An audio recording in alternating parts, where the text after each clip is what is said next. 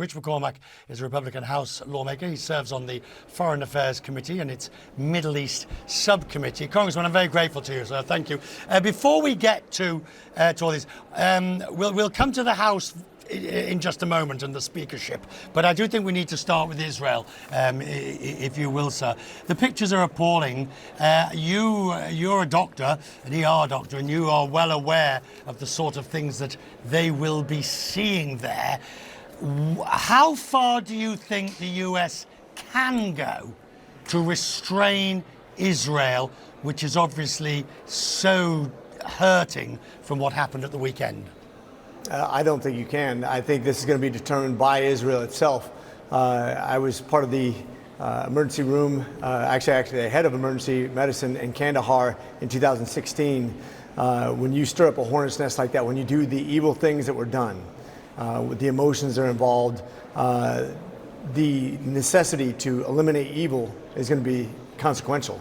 The question is how many fatalities are going to be suffered by civilians, how many more people are going to die by the Israelis, soldiers, but also the soldiers themselves going room to room, clearing out urban terrain. That's going to be tough stuff, and you're going to see a lot more people going to the hospital.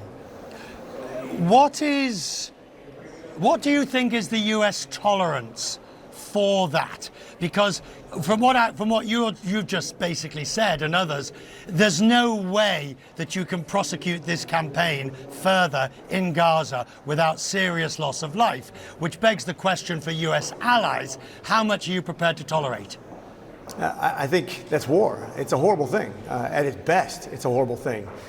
Look, we didn't have to go house to house in Japan because we used a nuclear warhead. Think about the fire bombings that we did during the wars. Think about all the casualties we've had in all wars.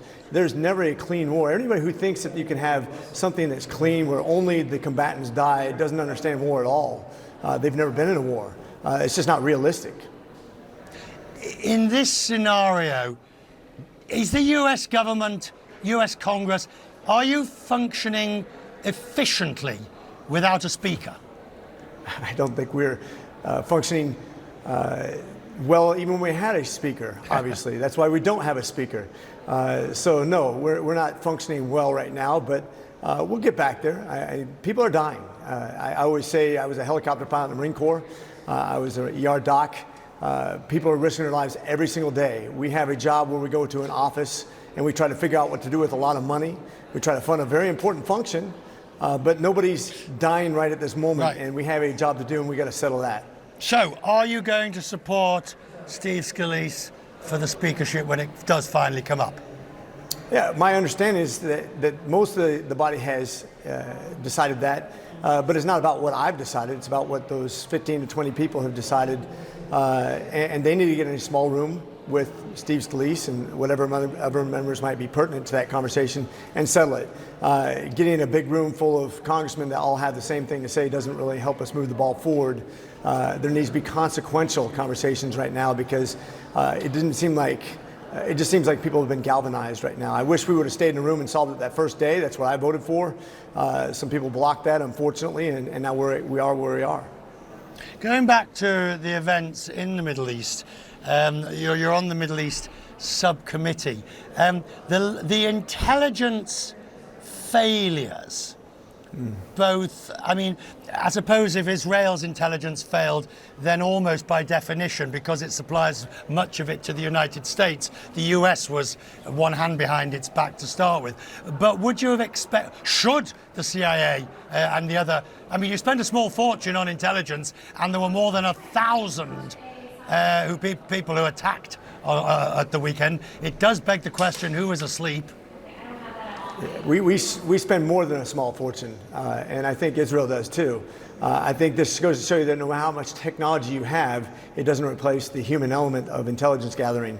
From a guy who's been in the military for over 20 years, I've noticed that all along. You cannot replace the dangers of placing humans in consequential danger in order to gather that intelligence. And I think that was the lacking part of this.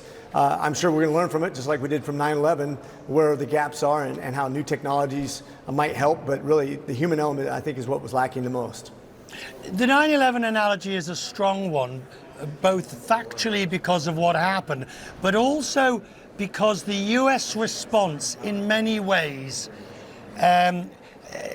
clouded the view of the United States. We're thinking of the torture, we're thinking of Guantanamo Bay, the variety of things that happened. Would you caution Israel to guard against losing in the court of public opinion as well? Well, I think that's going to be played out on the media in unfair ways anyways. We know there's going to be civilian casualties, and we know that children are going to get hurt. I kind of push back on the idea that in Guantanamo Bay we're torturing people. I know what torture is. You could say we interrogated people on waterboards. I've seen people interrogated on waterboards in SEER training that I participated myself. It makes it sound like we're dismembering people or harming them permanently. I just think that's an unfair analogy. I don't accept that. I'm grateful that you came with us tonight, sir. Thank you very much, putting it into perspective and giving us a different perspective, certainly in terms of somebody who's actually been there, done it, and seen what it's like. Thank you, sir. Thanks for